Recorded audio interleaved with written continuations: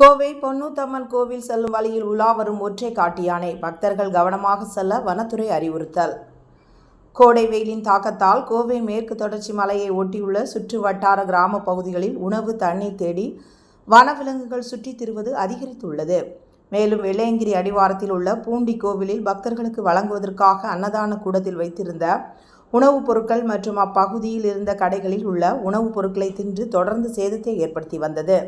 இதனைத் தொடர்ந்து அப்பகுதியில் நரசிம்மன் மற்றும் சின்னத்தம்பி என்ற 2 கும்கி யானைகள் அங்கு வரும் யானைகளை தடுத்து பக்தர்களை காத்து வனப்பகுதிக்குள் விரட்ட கண்காணிப்பு பணியில் ஈடுபட்டு வருகின்றனர்.